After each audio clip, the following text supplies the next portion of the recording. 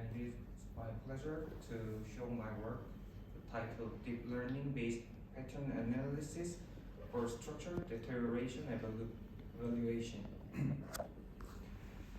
These are my contents. So worldwide, the proportion of the age infrastructure is growing and the assets increasingly receive the lower condition ratings.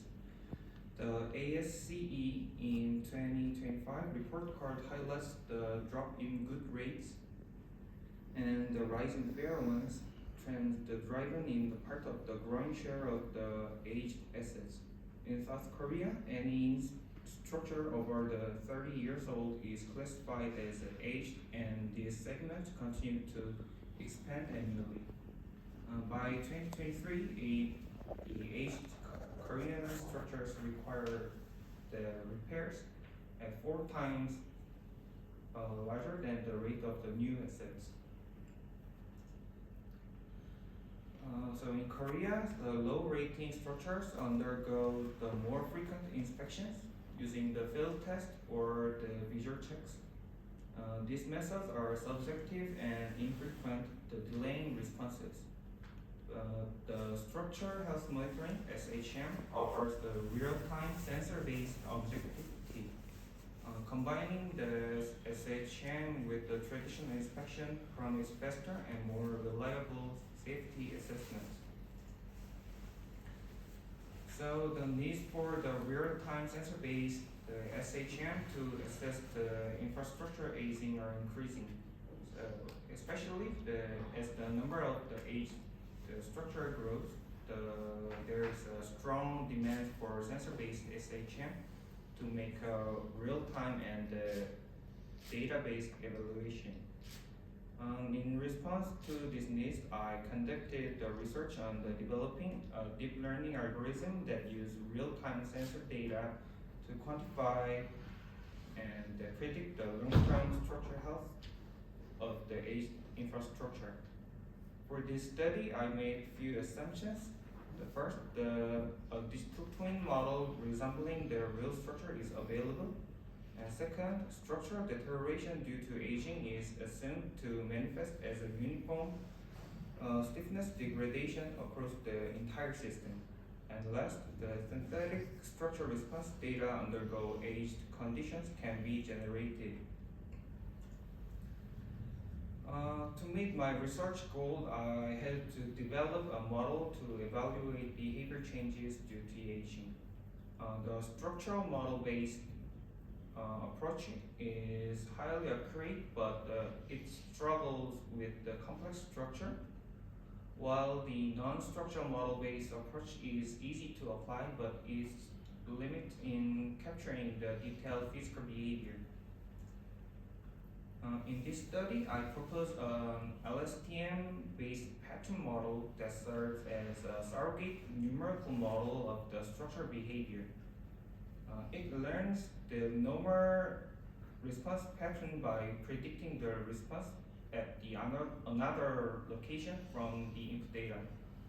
When the abnormal state data are fed in, the prediction errors emerge that reflect the degree of the structure change.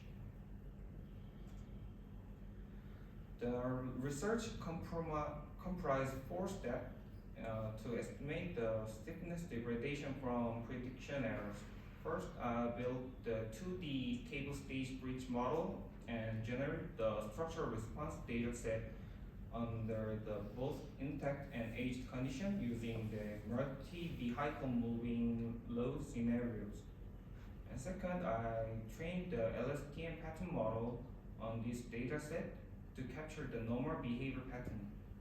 Third, I quantified the prediction errors to produce when the model was fed the damage stage response data. And finally, I introduced a fully connected neural network, FCNN, to learn the relationship between these errors and the actual stiffness loss, thereby completing the predictive model that quantifies the current structural health. So I defined the 7 measurement points in capturing the self-dominant displacement, and the principal direction, the acceleration as an input, and predicting the principal direction displacement. The dataset was created by proposing this single vehicle simulation into long duration with multi-vehicle and multi-lanes scenario with lambda spacing and speed and passenger car or truck load variations. To train the surrogate model on structural behavior pattern, I construct the LSTM-based pattern model. LSTM is perfect in time series processing. Here is the train to predict the structure's response at the next step from the current data. The network architecture consists of the 3 stacked LSTM layers and followed by 2 fully connected layers to prediction. To develop my stiffness degradation assessment model, I first calculate the prediction errors over the 600-second intervals. And during each 600-second block, I compute the mean errors using RMSE, MAE, and MED-AE. Then repeat this. By stacking these error segments into a matrix and flatten it, I fit the data into FCNN, the training network, to predict the overall structural stiffness degradation. Recognizing that neural networks are good at interpolation problem but struggle in extrapolation, so I construct the 6 dataset combination to quantify the performance variation under the interpolation and the extrapolation. Top plots compare the intact state test data. The red is the mid-span vertical displacement, and the green is the pylon horizontal displacement. Both closely matched by the pattern model and confirming its surrogate accuracy. And the bottom plot shows the main span vertical response under the stiffness loss. The true amplitudes rise, but the model turned to intact behavior fails to track them, yielding large errors. The left box plot shows that both the mean and variance of the prediction errors increasing non-linearly with the stiffness loss and mirroring the cable skate bridge behavior. And the right plot shows the similar non-linear error growth across the sensor location. It's the distinct error characteristics. These graphs present the stiffness degradation predictions from my interpolation model trained on prediction errors.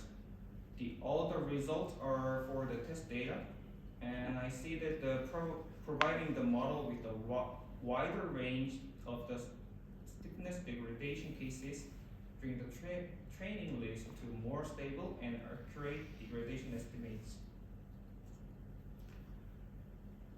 This graph shows the extrapolation results where the FCNN cannot track the nonlinear rise in the prediction errors and thus production of large errors. As a result, it overestimates stiffness loss because it cannot handle the condition beyond its trained range. So in conclusion, my LSTM pattern model exactly captures the nonlinear rise in prediction errors with the stiffness loss. Yet the error means and the variation grows with aging. Small samples are overestimate the damage, assassinating the FCNN-based aggregation. The FCNN interpolates well on uniform damage training, but fails on the extrapolation to the unseen severe degradation. As a future work, we'll test localize the damage scenario on our uniform damage model to assess bias in global estimation and evaluate the sensor response error sensitivity to identify the optimal damage detection pairs. So, thanks for listening.